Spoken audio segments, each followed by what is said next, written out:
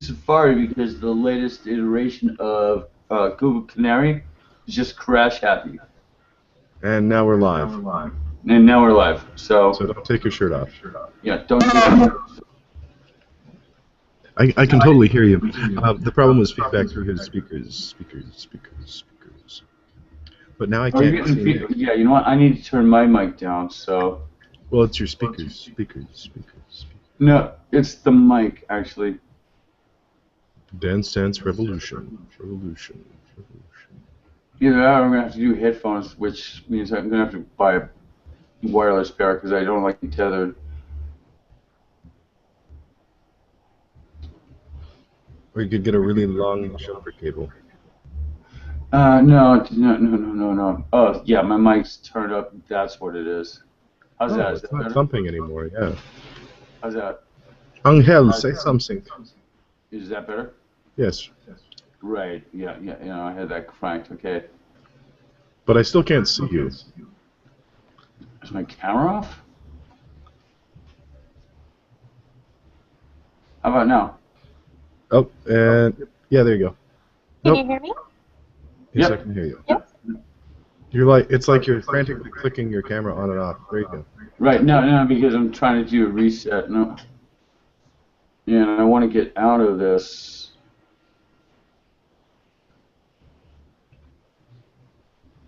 So yes, Angel's going to be moving out here and starting nursing school at some point. Me or him? You. His name is Nick, not Angel. Jamsey. Boom. Miss Makura is going to be starting nursing school, I believe. Well, that's a very challenging profession. I'm sure she'll fail epically as usual. It's a very challenging. No, it's just hard work. The burnout rate's very, very high on that, right? Apparently the burnout rate is very high on your camera, too. Really? Yeah. Oh, you can't see me, right? No. Oh, because they just flipped you off. So, how's that? No, I'm not bad. Jeez, okay? Oh, you were for a second. Now? Nope. How about now? Yep. I'm back. And I've got the little Chiron with the. Is that backwards or? Mm-mm. Okay, because my end is actually backwards. Yeah. Yeah, my Skype does that to me. So when I'm reading stuff, it looks backwards, but everybody else sees it normal. Yeah. Speaking of which. Local mirror. Yeah, it's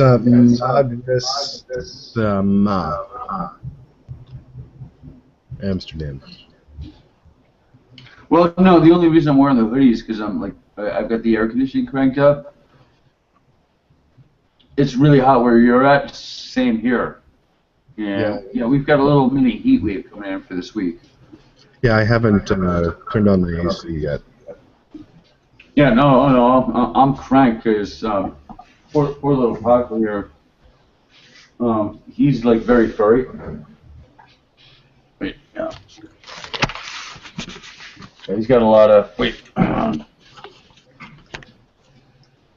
yeah, he's very, very, very furry. And Yeah. yeah, so Where's what's her face? Portia's upstairs with mommy. Oh. Yeah, no. Mommy will grab hold of Portia every now and then. Like, there's gonna come a day where like all the work's gonna be done, and thanks so much for looking after him. I'm gonna stay with me now.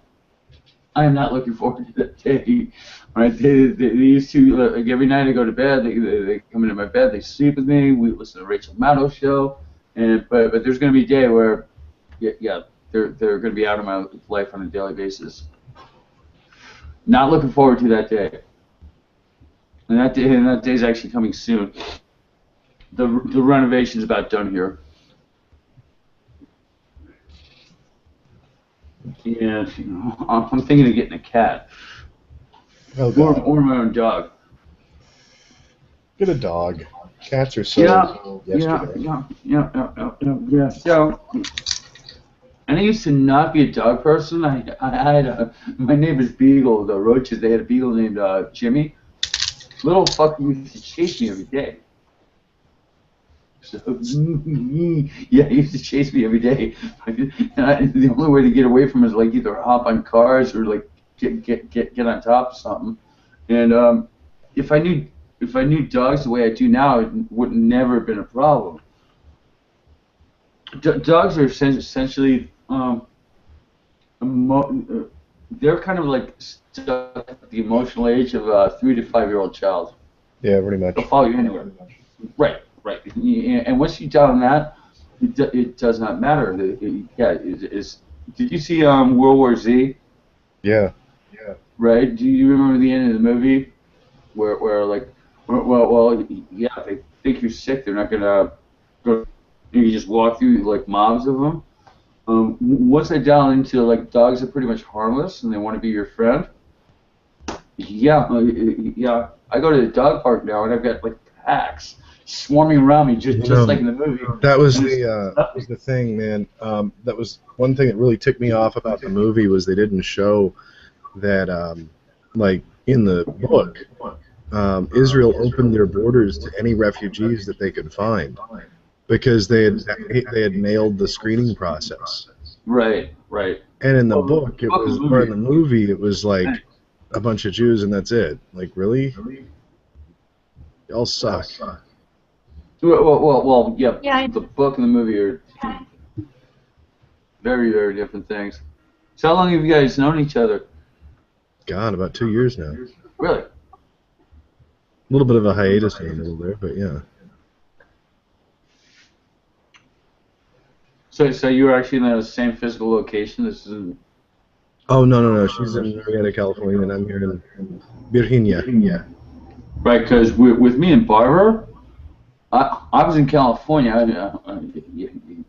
was in Silicon Valley, and I actually got into a fight with her on like a mailing list. I told a lawyer joke, which is, you ever ask a lawyer for the time? Yeah. Told you how to build a jitney, right? She read that one sentence, and I got. She's an attorney, right? I got like a 5-page angry screed, and unfortunately, I lost it. The NSA has it, but I don't have it because this was the days of Hotmail. Oh yeah. Right. This is the Hotmail days, so I had to like delete it.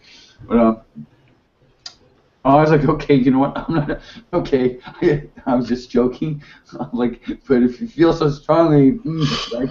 And about 2 months later, I just randomly started talking to her, and I am. The next thing I know, I'm packing up all my shit, moving from like Silicon Valley to DC on a flyer, right? And yeah, we were together. And today's her birthday, actually. So you're friends with Barbara on Facebook, right? Barbara Rice? Yep. Yeah. Today's her birthday. Oh. Oh yeah, I saw that. Yeah, today's her birthday, so. Oh god, that avatar is just so crazy. Yeah, what's the deal with that? She's a fan of this webcomic called Home something. Okay, well, it's got a little Joker thing with the horns. Yeah, they're these trolls. Basically, the whole thing is a commentary on modern internet society. Really? Okay, and that I can handle. Do you realize at the end, everything that we've been gifted with the internet, 2 out of 3 alive today are not on the internet. You know that, right? 2 out of what? 2 out of 3 people alive today on the face of the planet Earth, roughly 5 billion people, yeah, are not on the internet.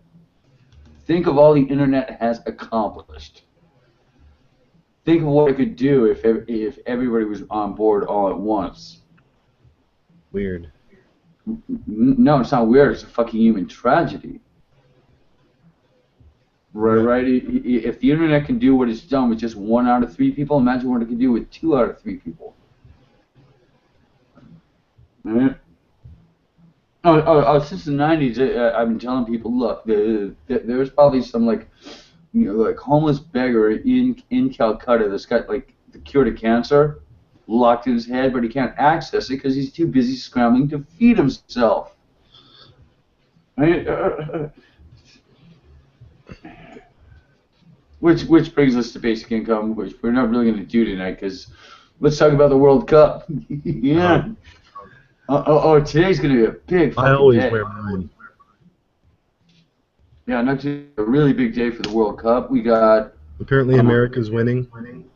No. Today it's Australia versus the Netherlands. Then at 3, that's at noon. Then it's Spain versus Chile, and then Cameroon versus Croatia. Does the Ukraine ever play Russia? What's that? Does the Ukraine ever play Russia? I don't even know if one of them like qualified to get in. Because that would be funny as shit. I'm just doing the schedule day by day. Yeah. I haven't absorbed the whole schedule, so I'm just going day by day. Today's a big day. Clearly. Because Spain's got a kick-ass team. Spain. Oh, that's right. Spain won the last World Cup. So does the Netherlands. So does Australia. Cameroon is my third. Yeah. For me, this is the third World Cup. So I'm all about third world countries. Cameroon counts, and Croatia. I'm a Yugoslavian, so they probably will not make it to the finals. But the Netherlands. You're Yugoslavian? What? You're Yugoslavian? Yeah. I didn't know that. Yeah. My dad was born. My dad was born in a town called Tilly, which is the single oldest settlement, human settlement in all of Europe. It goes back to the Stone Age. He was born on a pig farm, and check this out. You would like this. He went from being born on a goddamn pig farm, which is pretty much no different than like living in the Stone Age, to fucking designing nuclear reactors. Okay. And this was before I was born. Yeah, this is before he met my mom's. Jesus. Yeah, and I checked. He was born about 200 clicks away from where Tessa grew up. So, and if it weren't for us Yugoslavs, we'd all be speaking German right now. Really? Yeah. What happened was, Operation Barbarossa was supposed to like launch months earlier, right? But they decided they want to take care of the Yugoslavs first. They figured it was going to be a 2-week campaign, and the Yugoslav partisans held off the Nazis. The Nazis just had to keep pouring in more and more resources to deal with the Yugoslavs. And because they did, they delayed the start of Operation Barbarossa, and the Wehrmacht froze to death. Wow. Right. And if it weren't for Yugoslavia tying up the Nazis the way they did, yeah, they probably would have taken Moscow, and we'd all be speaking German right now. So Kyle. Yugoslavia. Well, I have a friend. I was talking to Andrew about this last night. I have a friend in Munich who's an economist. Andrew Wagner? Oxford trained. He's written a couple of books. He also does theater. He's also an actor. And I went to cover a performance he was doing, and we're outside on the sidewalk drinking beer, smoking a cigarette. I was like, oh, my last book. I was given the access to the Nazis' plans had they won World War II. Right? And he's like, and I got to see the economic plans. And basically, they had certain, had the Germans won World War II, they had plans in place for how they wanted to run things. As it turns out, the United States came across those papers and implemented those policies. No way. Way. I'm like, he told me this on the sidewalk, and it was so casual. He just casually like, boom, and I've done my due diligence. Yeah, he's not making this shit up. We are actually living the world that the Nazis envisioned. The difference is we were speaking in English, studied German, and that's it. And that is it. Yeah, but they How didn't fucking call all the crazy. Oh, blacks when he and told me slaves. that, when he told me that, it's like that was like the needle coming off the record, the bottom dropping. Woo. I was like, holy fuck! And I went back and I checked, and he's right. Yeah, Jesus. the world we live in is pretty much the one the Germans wanted. How they won World War II. Is that a good thing or a bad thing? That's what? Is that good or bad? That's really bad. It's really, really, okay? It's really fucking bad. I mean, it works out well for us because, like, we're on American soil. We were born here, but for the rest of the planet, yeah, that's why 5 billion people are living in $2 or less a day. Two out of 3 people that are alive today not only do not have internet access, but they get by on about $2 or less a day. It's about 5% of global GDP. You, me, the other 2 billion. Yeah, global GDP is about $70 billion. Yeah, the vast majority get by on about 5 trillion. Excuse me. Yeah, global GDP is roughly $70 trillion. The third world gets by on roughly 5 trillion of that. You, me, and everybody else, we get the biggest slice. And you're drinking Sapporo. Yep. You should still reserve, but Trader Joe's open up around the corner, and this costs like $1 more. Wow. Steel Right. Reserve. Well, the cool thing about Trader Joe's is, yeah, they've got phenomenally low beer and wine prices, and I talked to one of the clerks. He's like, oh, I understand. I live in a very, very expensive neighborhood. Very, very expensive neighborhood. Walking there, and it's like it feels like they're giving the shit away. Right? And I'm talking to the clerk. It's like, oh, Trader Joe's national policy is we want to be competitive with Costco. Right, right. I'm like, I live. The Trader Joe's is 500 feet from my front door. Jesus Christ. Right. So I live in this lovely fucking place in the hottest neighborhood in D.C. That's kind of why I'm not really in a rush to go down to there, right? Yeah, you've made a really generous offer, but for what I want to do, you're kind of my backup plan. I'm your backup plan. Great. Yeah, because part of me just loathes this place and loathes these people, and I want nothing to do with them. But there's my whole basic income thing, which I can't really, I can't talk to the decision makers anywhere else but here. This is where the money is. If basic income is ever going to happen, it's going to happen here. But isn't that like the core template of the Nazi plan? No. Actually, wasn't Thomas Paine. I forget the guy's name. A lot of people oppose this. The guy's name is, I think it's Thomas George. During the colonial period, just one of the first guys that proposed it. The best writing on the subject is Martin Luther King. He wrote a book in a year before Martin Luther King got capped in Memphis. It was called "Where Do We Go From Here? Chaos and Community," and he floated the idea of a basic income for all Americans. And literally a year and 3 months after he got killed, Richard Nixon stepped up to the mic. And what Nixon wanted to do in 1969, it was called the Family Assistance Proposal, or FAP. Google Richard Nixon 69 and FAP, and it was called the Family Assistance Program. So Richard Nixon tried to FAP in '69? He certainly did. What Nixon wanted was give every American family of 4 $1,600 cash and $800 worth of food stamps. In today's money, that's about $15,000. And it was an insanely popular idea.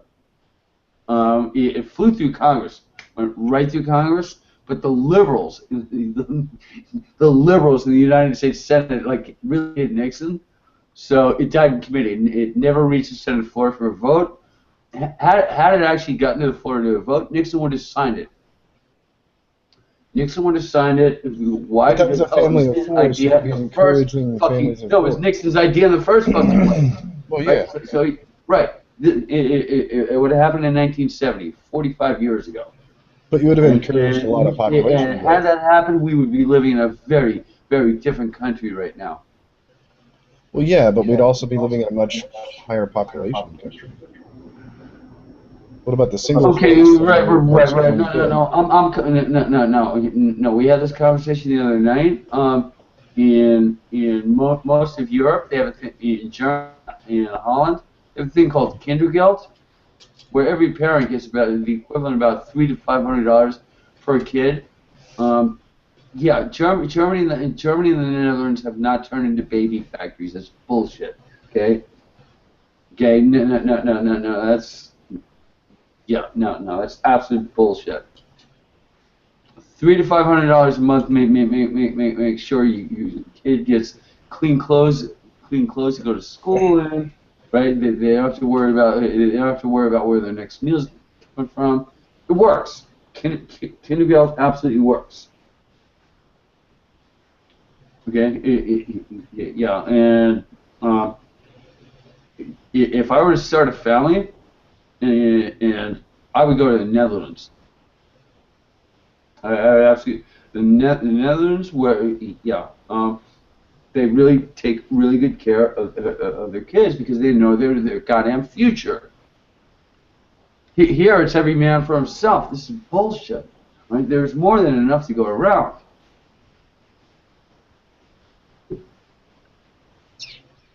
I understand that whole like oh yeah, well, for each kid you get, you're gonna get X amount of dollars. No, it's a bullshit argument. It hasn't been tried here in the States. It's been tried in many other places, and in every place it's been tried has not turned into a goddamn baby factory. It's bullshit. Is that clear? You understand? Blink twice for yes. No, yeah, that one particular argument pisses me off so much. It's bullshit. Well, but what about the single folks, or the folks who only want to have one kid? Okay, repeat the question, please. But what about the single folks, or the folks who only have one kid? I still. What about the single folks who? Or couples who only have one kid? Then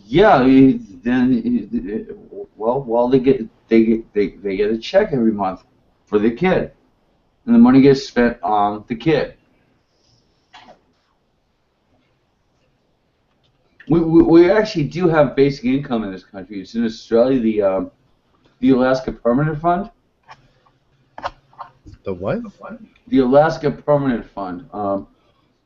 If you're a legal resident of the state of Alaska, once a year, they take all the money in the state and they divide it equally, all the adults and a little bit for the kids. This is why Sarah Palin had an 80% approval rating. She actually stuck it to the man, and right before she was named as a vice presidential candidate, she tripled the payout. The annual payout, the dividend each year was about $1,000 per adult and about $200-300 per kid. She stuck to the man.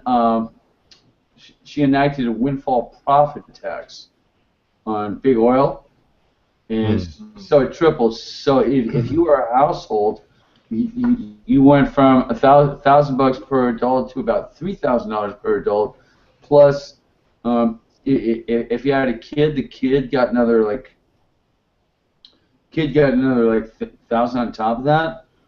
This is why she had an 80% approval rating before John McCain named her. She basically handed like families of four 10 grand. Boom, here, go spend it as you wish. Wow. Socialist, fucking socialist, yeah. Sarah motherfucking Palin did this. Okay? It's documented. It's on record.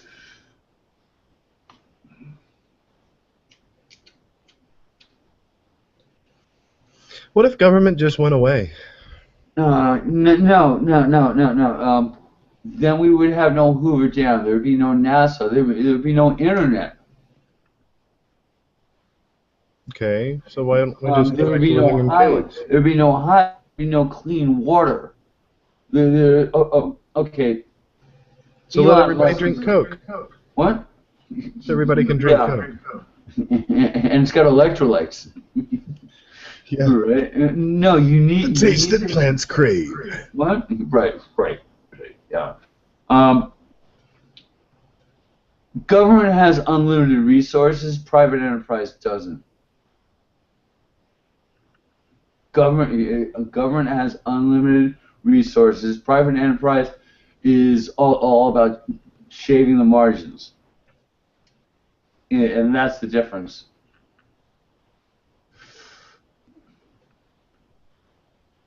So government is a publicly approved thief? Okay, I'm coming from Europe, where like gas goes for $10 a gallon. Okay. Gas goes for $10 a gallon in Europe. All right.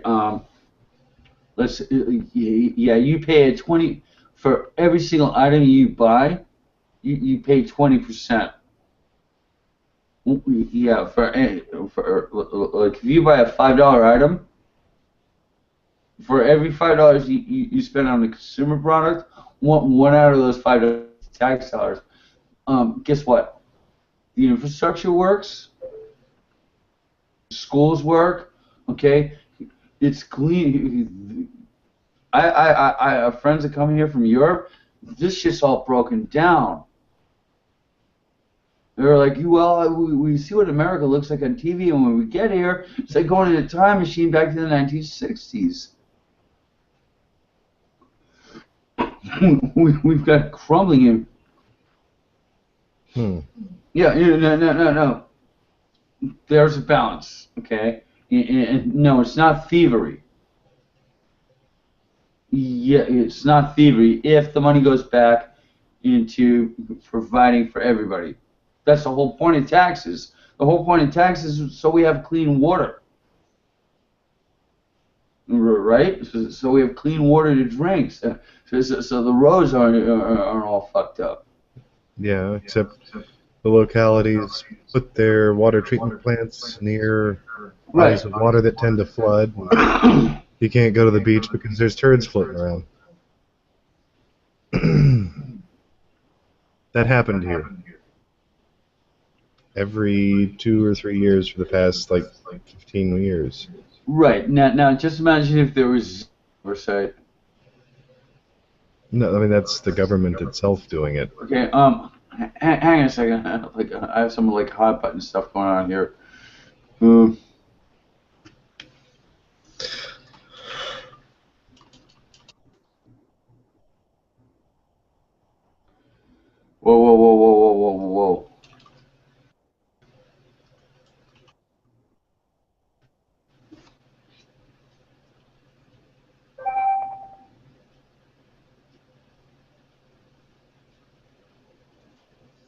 Oh, and it's Montclair, California. Wait, I need to focus. I'm gonna go get some water. I'll be right back. All right.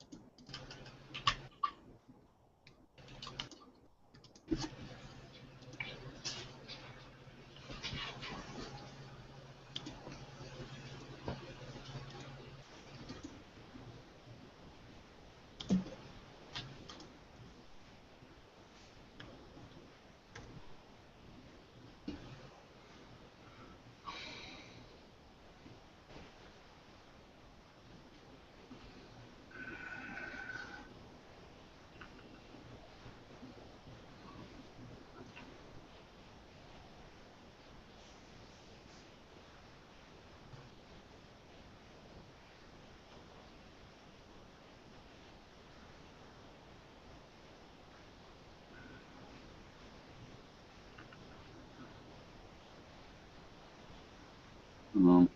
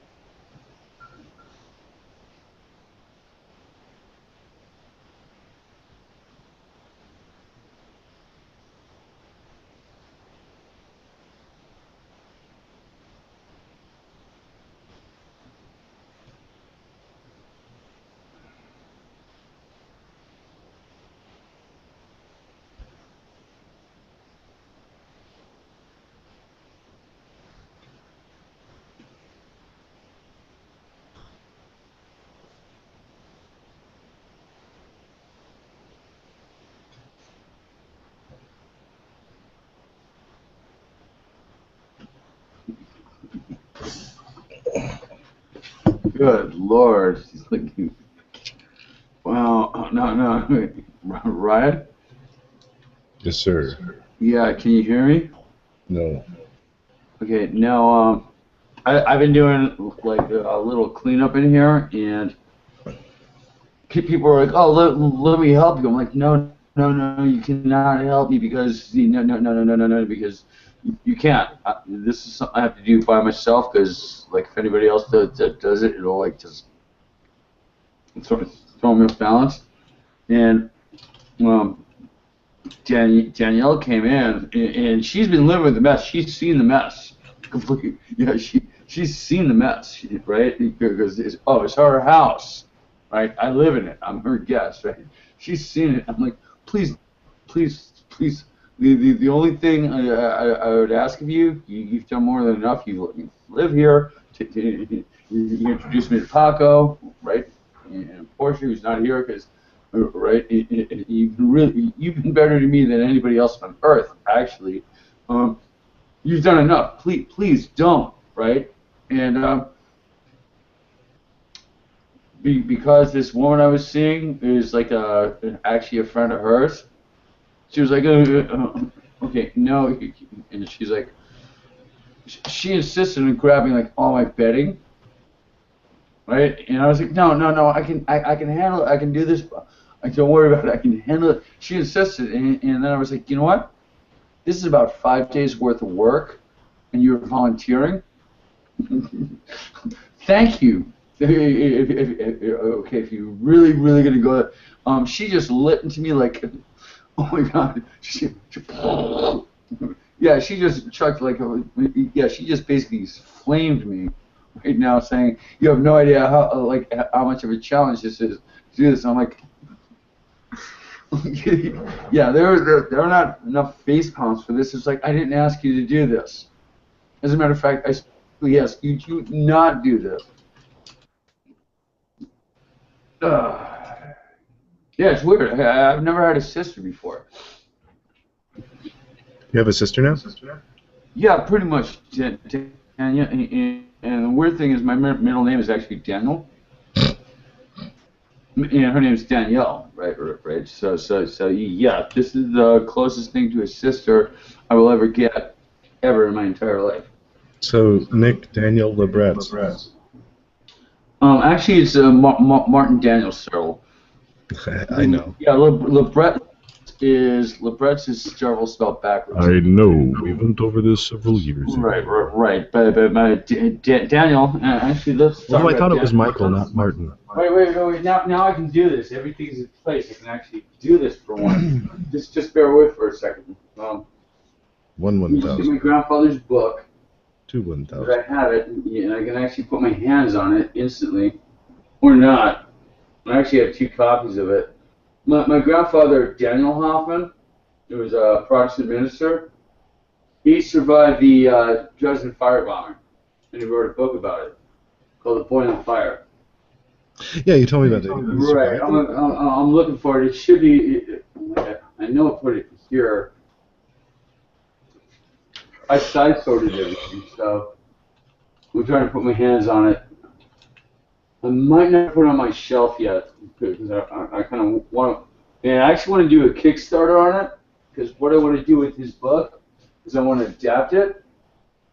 I want to adapt his book and turn it into a graphic novel. And give me a second. I'll be right back.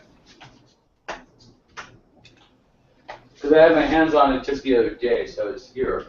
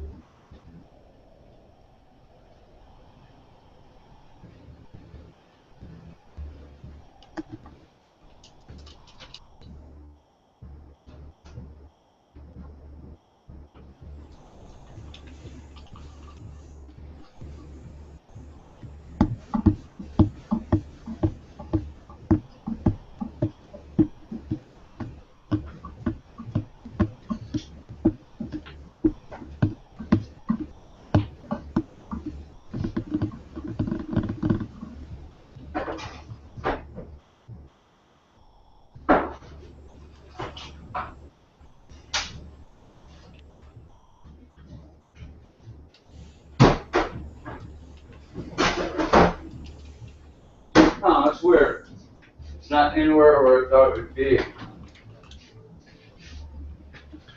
Maybe she burned them. But no, yeah, so. It's been cold, right? She could have burned them for kindling. At the point where I want to wait. Yeah, that's why I don't want anybody like helping me clean this place, because if somebody else helping clean this place would be even worse. It should be. I know I had my hands on it. I'm pretty sure I put it like on the shelf. It's not really important. I can actually, you know what? I'll just bring it up on my phone. Yeah, I'll just bring it up on my phone. I have the actual hard physical copy, the paper copy. But yeah, just let me do this. Yeah, I do want to bring this up on right now. And this is actually the perfect time to do it. So just bear with. It should be right here. I know I have my hands on it, but clearly I can't find it. I might have like set it aside. So let me just bring it up on my phone. I can hear it even better. Yeah, my grandfather was a Protestant minister in a town called Uist, which is a small little like town. And he started speaking up against the war, and the Nazis were going to kill him. They shut up the door, and they said, "Yeah, we don't like what you're doing. But you know what? You know how to translate Russian. Here's the deal." And he took it. Here's the deal. It's like, you either come work for us, you translate Russian, or you and the rest of your family's dead. So he took the deal. And I probably would have done the same thing. So what exactly did he do? He was a translator. Yeah. He was a Protestant minister. One of his sidelines was he translated Kierkegaard.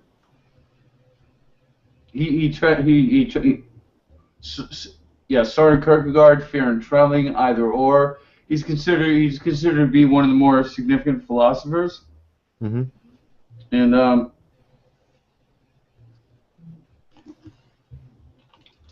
I'll bring this up in a second. The challenge in terms of intellectual ability, the challenge of translating Kierkegaard into German has about one of the highest degrees of difficulty. It's like doing a triple axel lunce. Right? That's like high country of the mind shit right there. I couldn't follow his work, and I don't have his language skills, but that's insanely impossible to do. Only very few people can do it, and that was his sideline. He was a Protestant minister. One of my uncles is actually named after him. Named after Kierkegaard. One of my uncles is named Soren. And Princeton, he actually applied to Princeton to be a professor. I found it. So,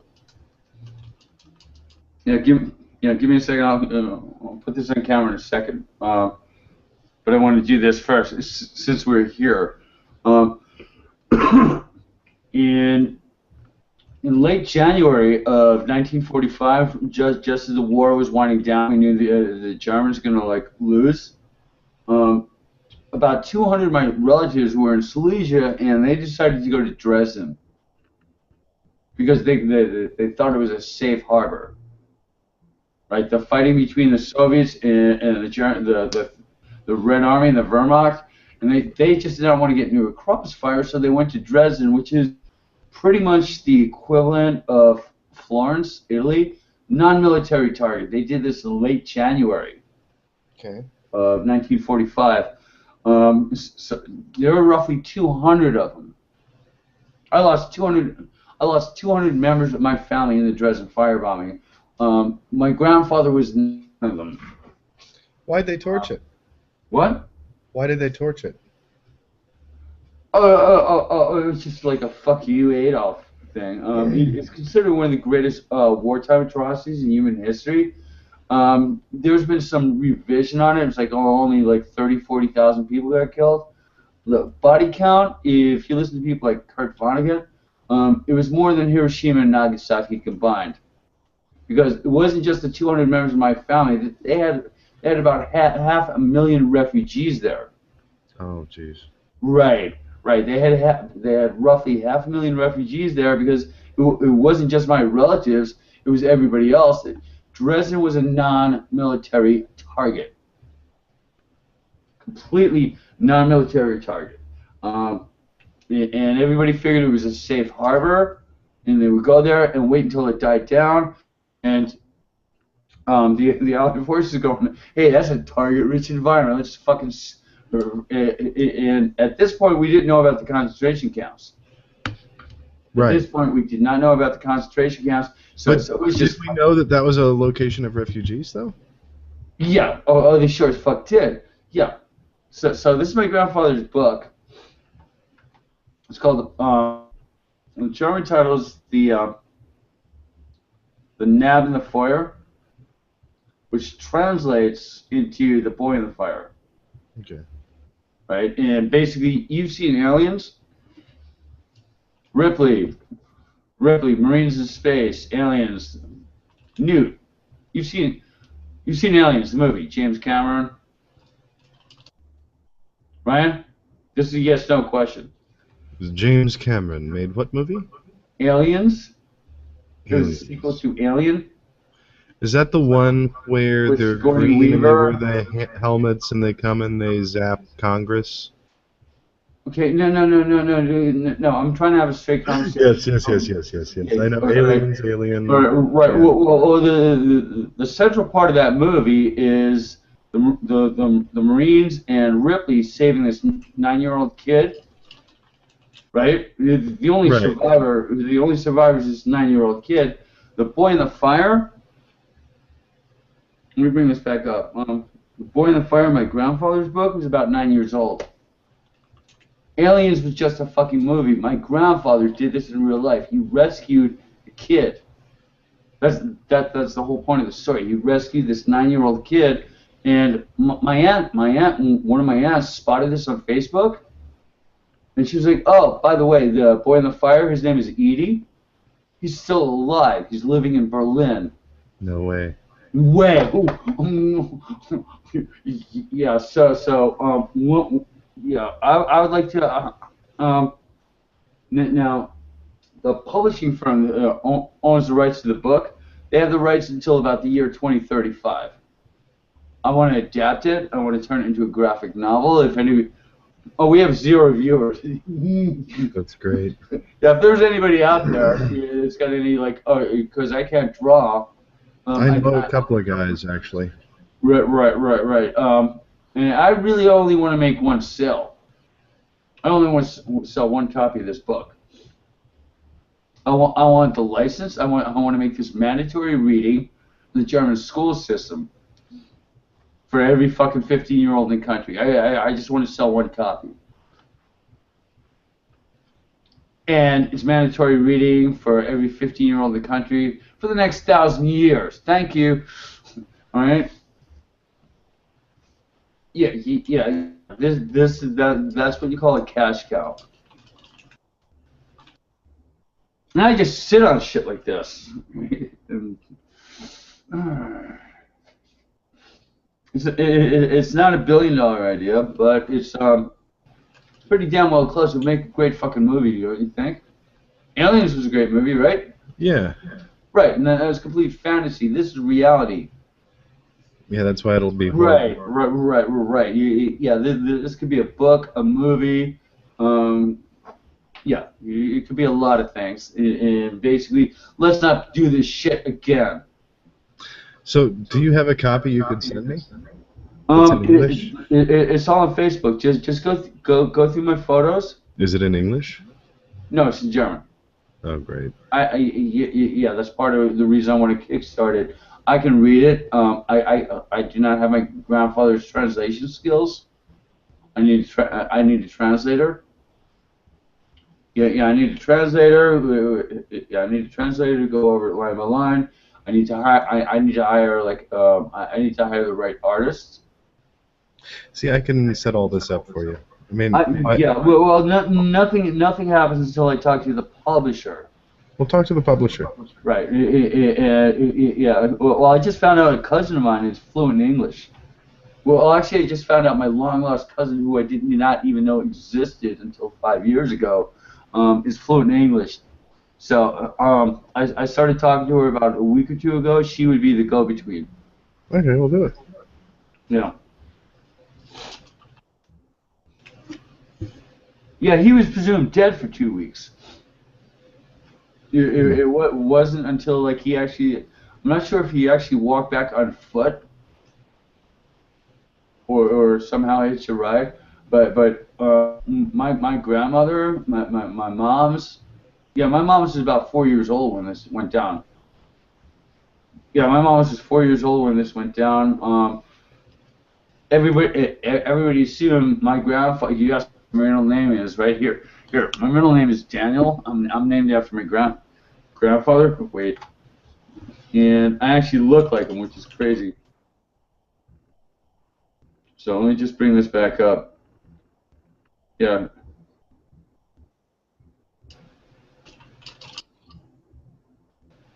Yeah, his name is Daniel Hoffman.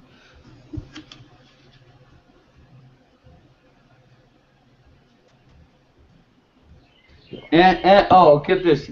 He published a book in 1956.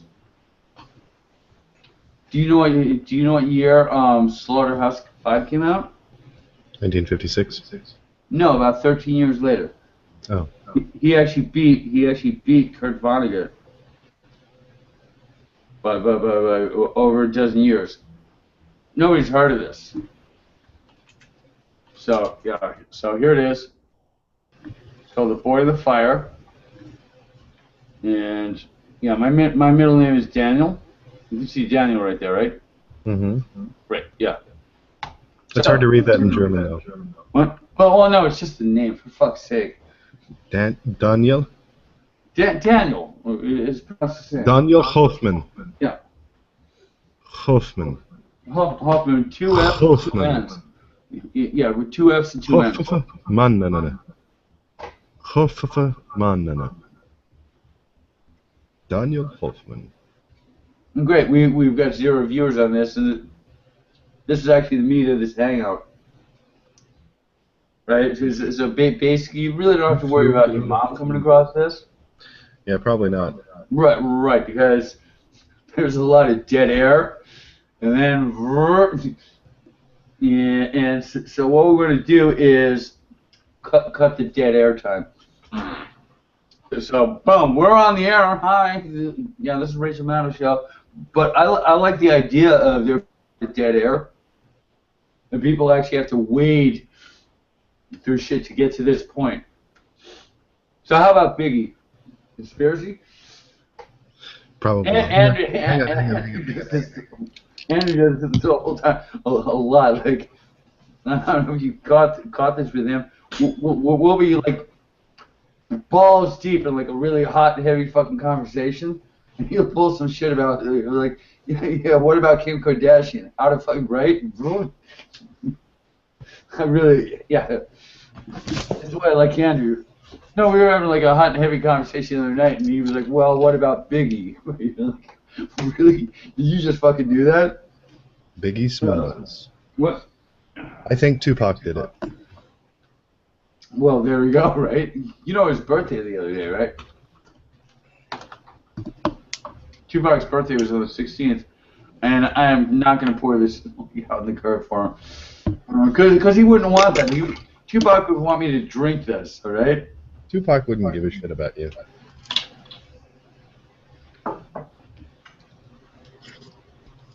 No, he probably wouldn't. No, probably would not. Hey. Commercial plug. All right. Enjoy breaks. That's not wet, but no, I thought you were going to put some West Sparks shit up. No. Oh. Right. Yeah, commercial plug your own product. I just did. Right? I'm looking for backers. Anybody?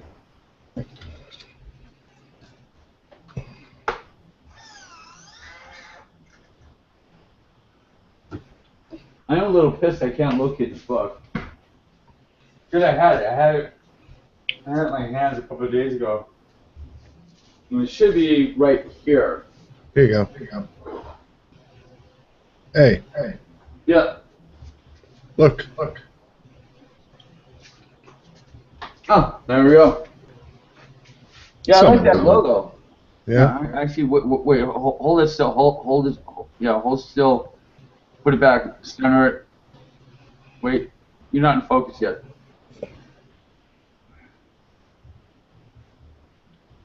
Yeah, your camera's not seeing it. I mean, yeah. I mean, I've seen it, but yeah, I like the name. I like the logo. It's a fucking brilliant name. It's a brilliant fucking How's that? logo. Yep.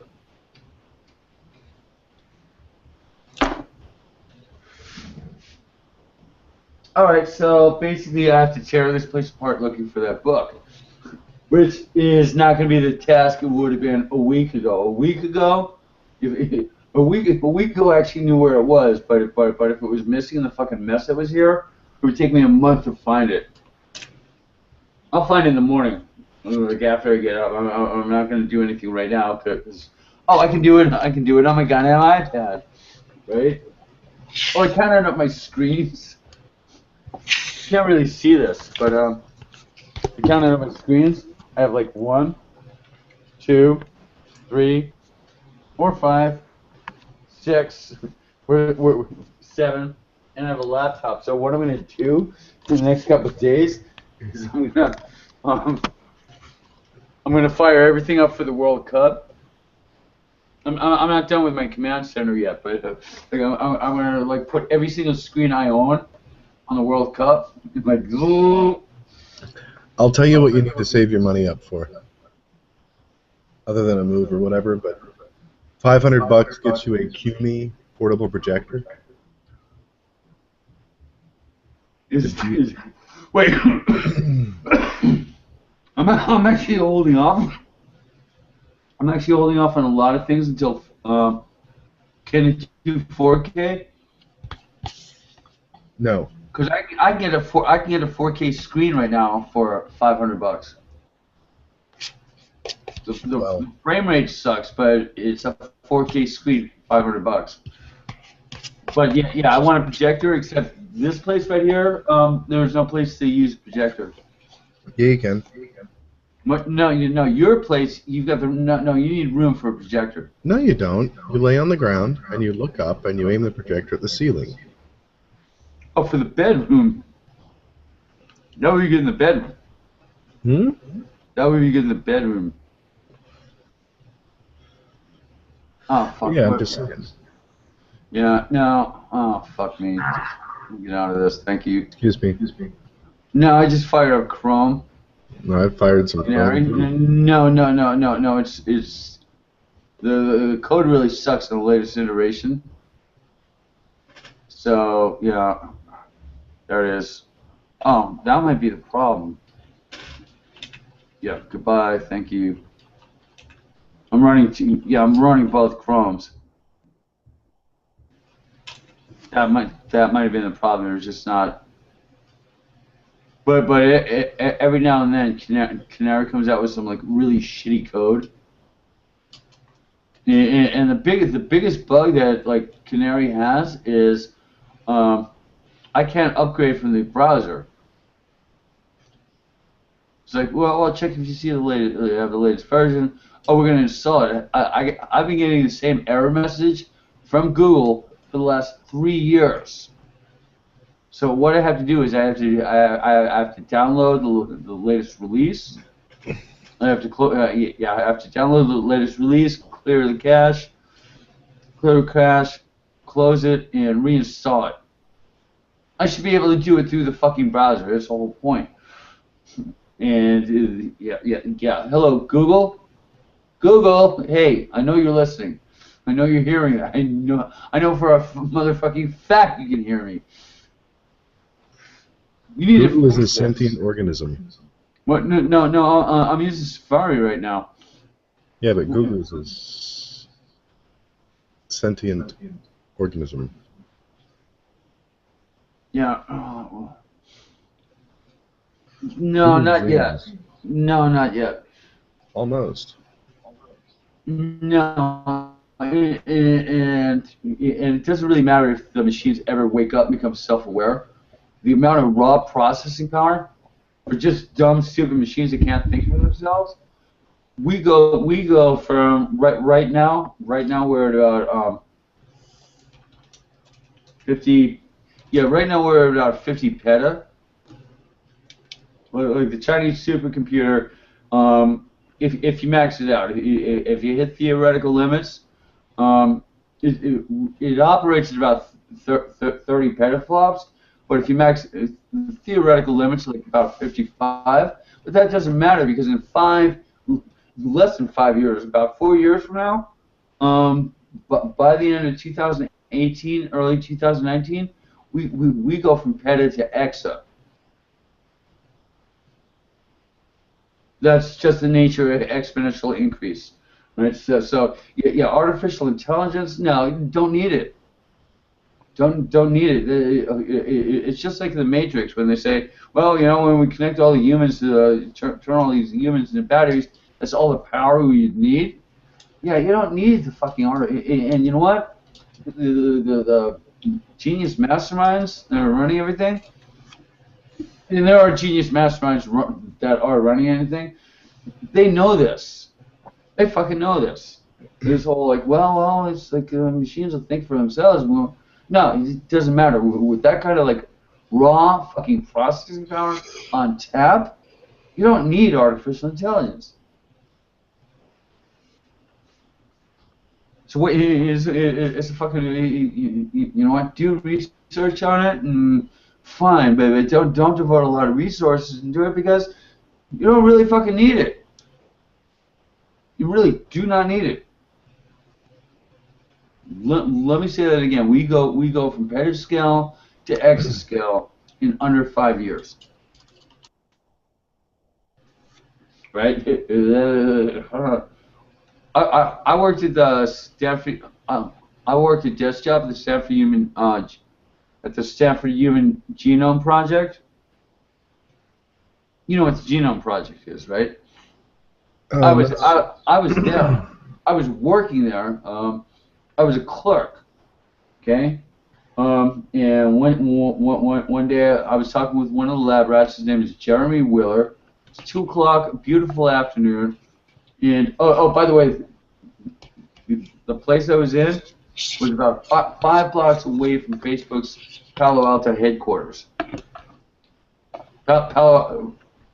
Facebook used to have headquarters in Palo Alto proper. They've since moved to Menlo Park. The place I was working at the time was 5 blocks away from where Facebook was. Many years later. It's like 2 o'clock. It's a beautiful fucking afternoon, and they had just finished sequencing the first draft of human DNA, and I was just shooting the shit with Jeremy, and he was like, and what he said to me has stuck with me ever since. He said, our ability to process information in this lab doubles every 2 years. So by that metric, okay, watch. Ready? He said that to me in 2000. Watch. 2002, 2004, 2006, 2008, 2010, 2012, 2014. So, 2, 4, 8, 16, 32, 64. So right now, today, it's 2014. That same lab can process 125 times more than they could then. But we go from 2014. Wait. This is where, all right? Okay, 2014. We were at 125. That's 256. 2016. It's 500. 2018. It is 1,000 times more. 20 years. That's godlike fucking power, okay? Yeah, the way he described it is if you take the entire history of biology from the time Gregor Mendel started fucking with the peas, it's like a hockey stick. If you take it right up to the Human Genome Project, it's pretty much a linear curve. Then with a hockey stick, boom, it goes, and we are now past the curve. So yeah, you don't need artificial intelligence. Well, yeah, that's a side project. Google knows this. Facebook knows this. You know this. You are following this, right? Is that clear? Do you understand? Blink twice for yes. She's dead. I fucking love saying that. You know what the blink twice for yes thing is, right? Yeah. You watch 24, right? Yeah. Jack Bauer. Is that clear? Do you understand? Blink. Yes. Yeah. That's from straight up interrogation. I love saying that. Ezekiel 25:17. Now, if you heard that pretty much meant that was your ass.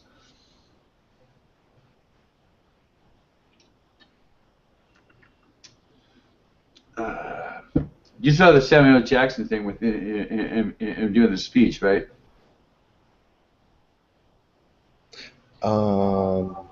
It's making the rounds right now. No, he was on a British talk show that's the equivalent of Our Tonight Show. It's the Graham Norton show. He's like the Johnny Carson of Britain.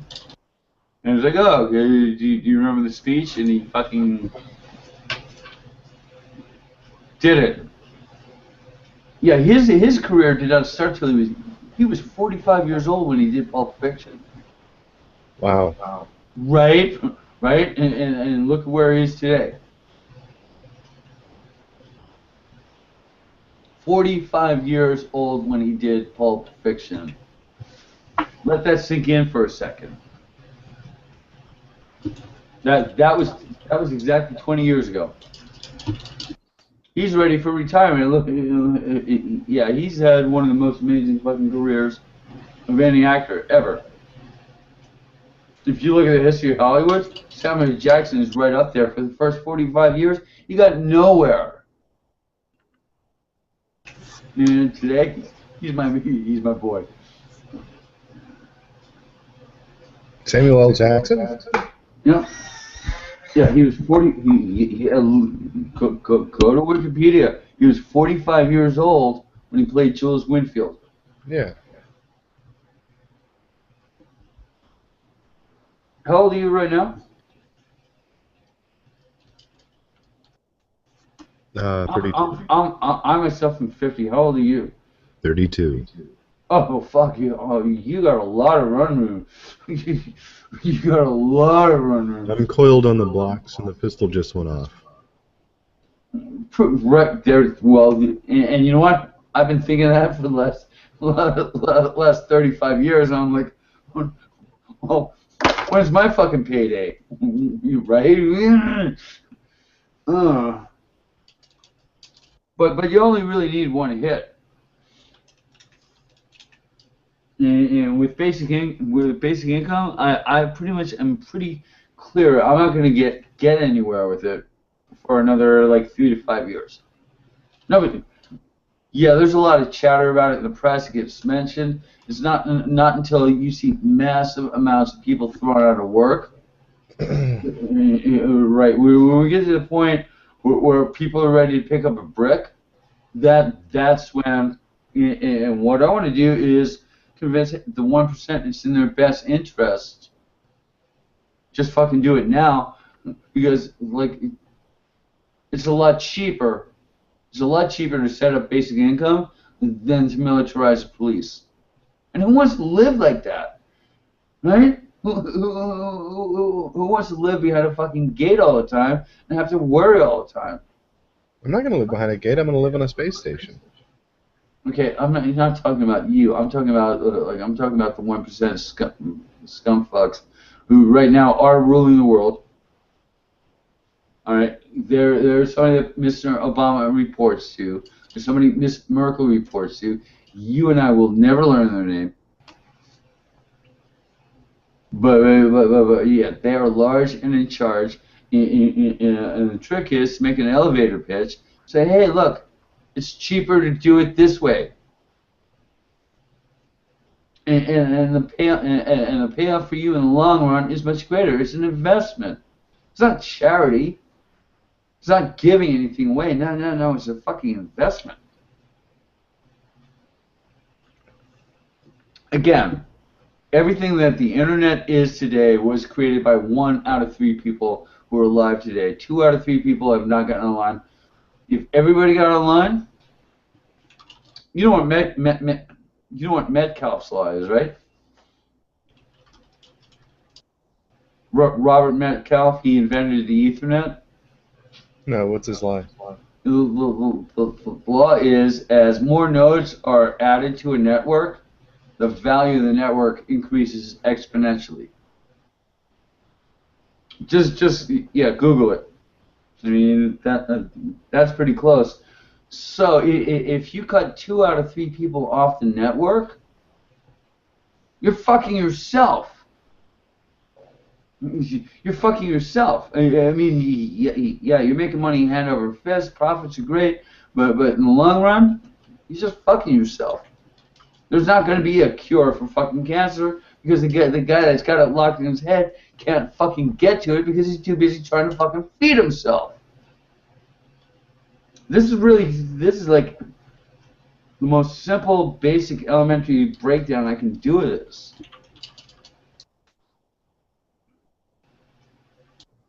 This makes sense, right? I guess. Right. Okay. Well, let's I don't know. I'd rather just. Why don't we just turn all the poor people into slaves? because the machines will become the slaves. You don't need slaves anymore. Yeah, but why? That's the whole point of automation.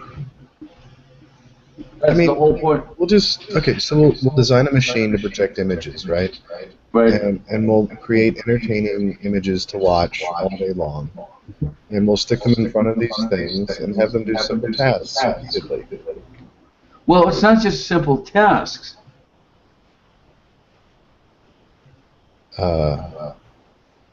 Mr. Sturble, I was making a commentary about current society,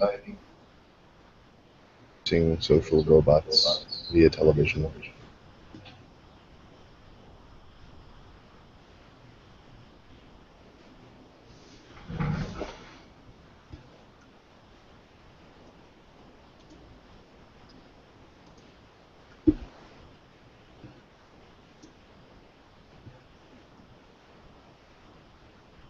Yeah, wait.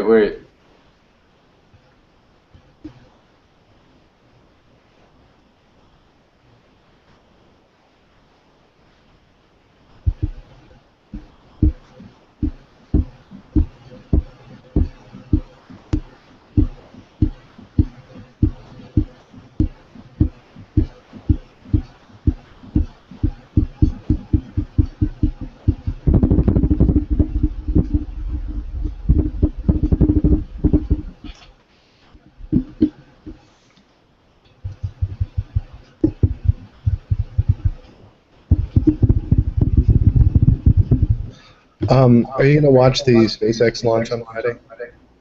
Is that? Wait. No. Like, hang on a second.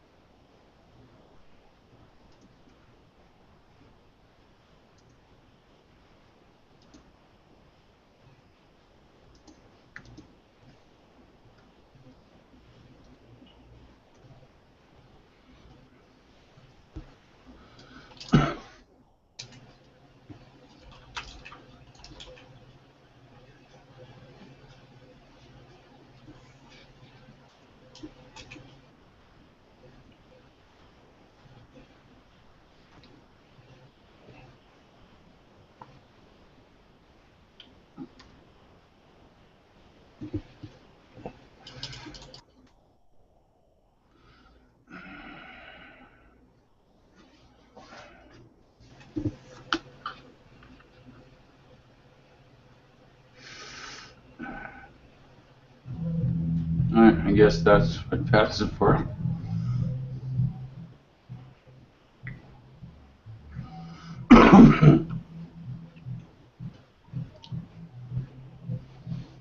Yeah, when I'm in Safari, I don't get any notifications. Like, all hell's breaking loose on my Facebook, and I just switch over to my Facebook, and all hell is breaking loose on my Facebook.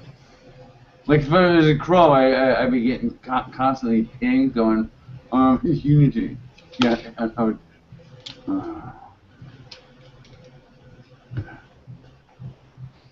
Dude, it is 3:30 in the morning. I know it's 2:30 in the morning. You hear that music upstairs? Yeah. That's Danielle like cleaning my shit, which I specifically asked her not to do. She's angry, like very, very angry. She's like, you have no idea how much trouble I'm going through on your behalf. I'm like, okay, wait. Number one, I'm guessing your house. Number two, I did not ask you to do this. As a matter of fact, number three, I specifically asked you, please, no. When I need your help, I will ask you for it. But she was so goddamn insistent. I was like, okay, you know what? Here, take it. All right? And I only did that to make her stop yelling.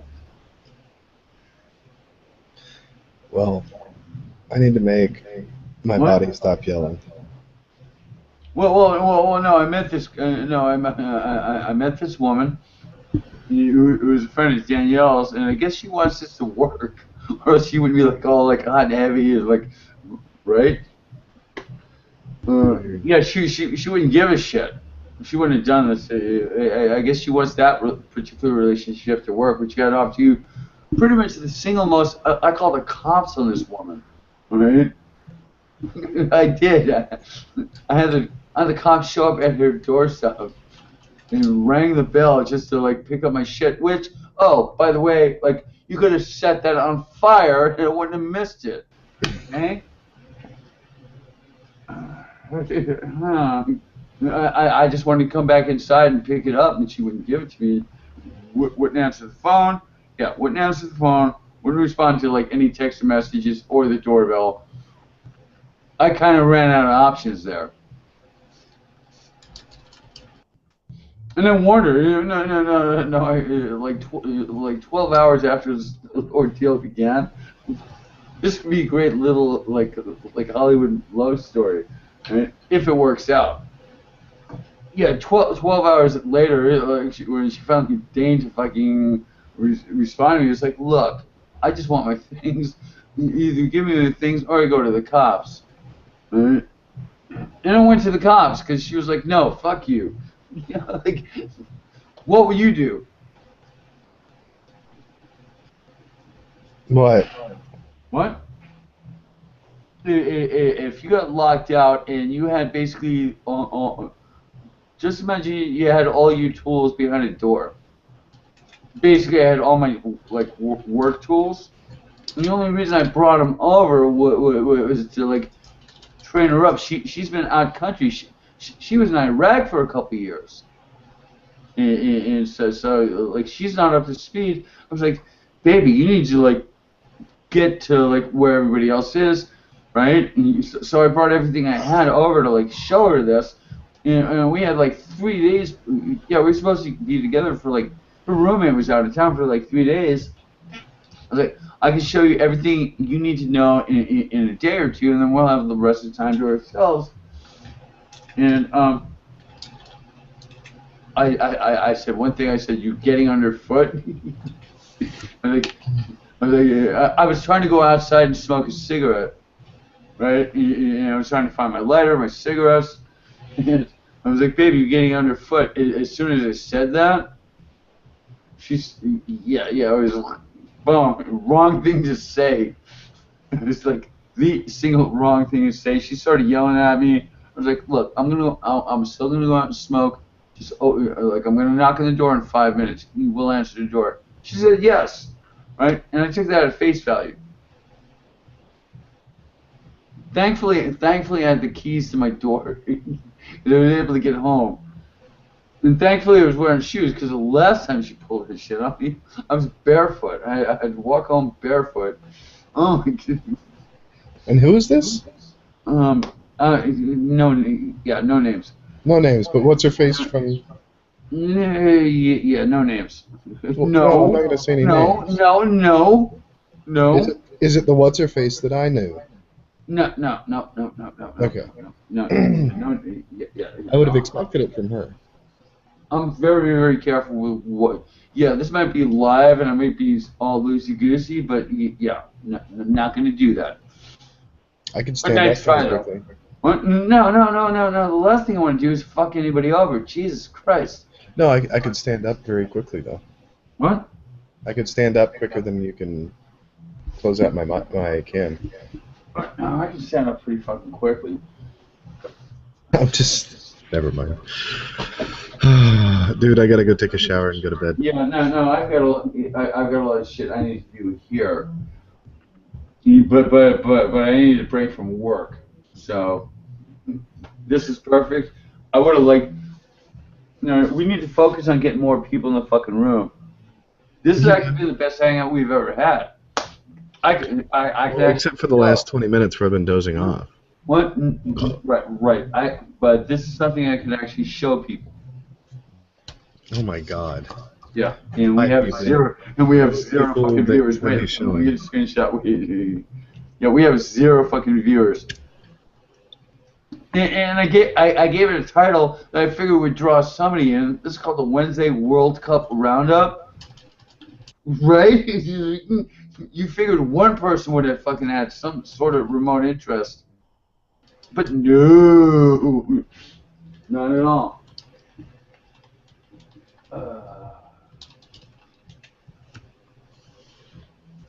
So let's see if the fire is dying down here. I think it has. Okay.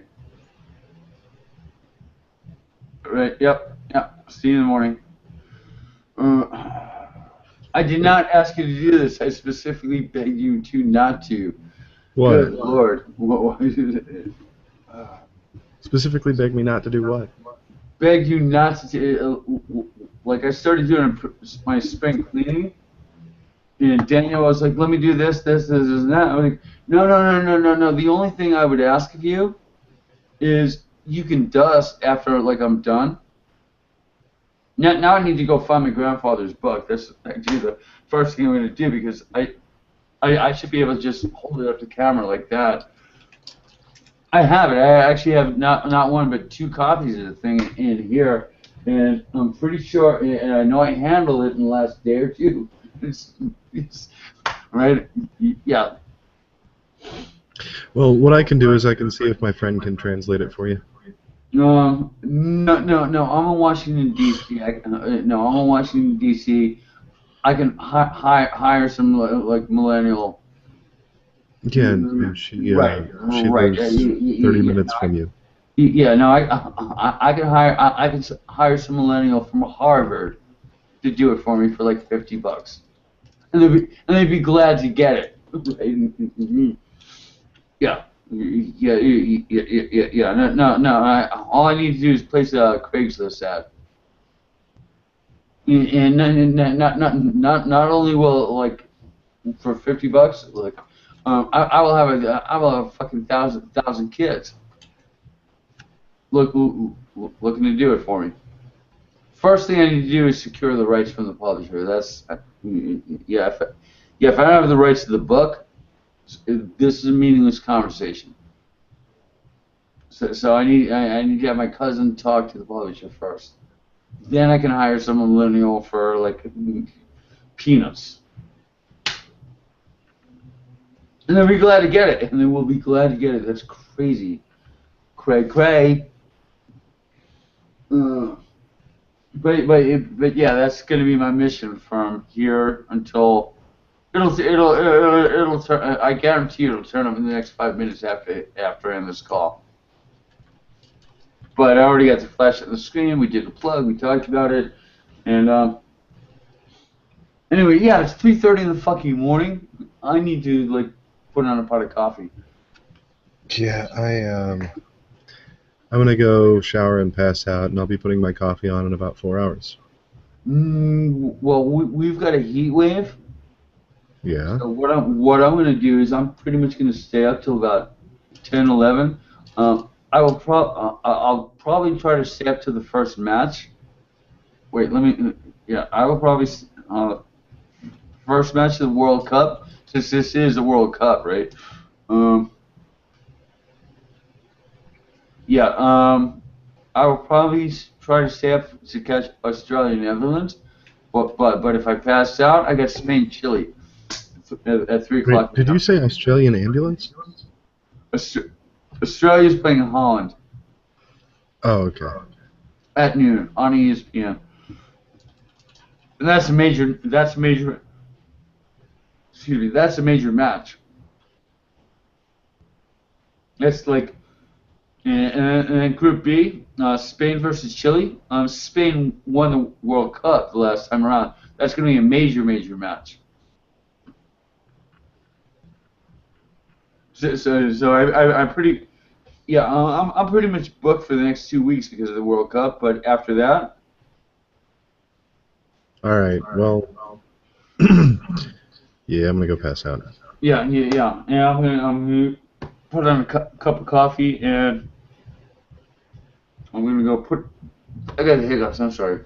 It's okay. Yeah, I'm gonna go put on a pot of coffee and get to work. Boo. This is actually unwind time. Boo. Yeah. This whole hangout was just me unwinding. No, I said boo. Fuck, I hate the hiccups. Hey, look at the camera. Boo. Boo! Boo! No. Oh, fucking hiccups. No, I think they're gonna go. Alright, yeah, so, right now it looks like I'm doing these on a daily, so I may ring you up tomorrow. But we need more people. If you want to bring Angel back in, actually, have Angel look at the point where it got hot, so she gets a better sense of what we're doing here. Because it'll be easier for once people get the idea of what we're actually doing, be easier for them to jump in. I basically want to explore the high country of the mind, which is before we go, this book I get my hands on, right? This is pretty much. I got my girlfriend in New York, the one I was with. I've known her since I was a teenager. She gave me this on my 18th birthday. Threw it out already. She was like, "Oh, I got your birthday present. It's pink and it's you." This has been a constant presence in my life since I was 18 years old. I found this a block and a half away in a throwaway box. This is philosophically speaking, this is one of the most important books written in the last 100 years. And it's got nothing to do with Zen or motorcycles. I would like to, yeah, there's no accurate information about Zen or motorcycles. The title is a joke. Jesus. But it's now has a pride of place on my bookshelf, and I can't put hands on it. And I've actually been without a physical paper copy for about the last 5 years. I just found it last week. It was kind of a trigger event, which is kind of why we're doing this right now. On that note, you got shit to do, I got shit to do. I'm going to hang up. Enjoy your evening. And buy WetSpark. Peace out, bitches. WetSpark, digital components, and we are signing off in transmission now. Later, bro.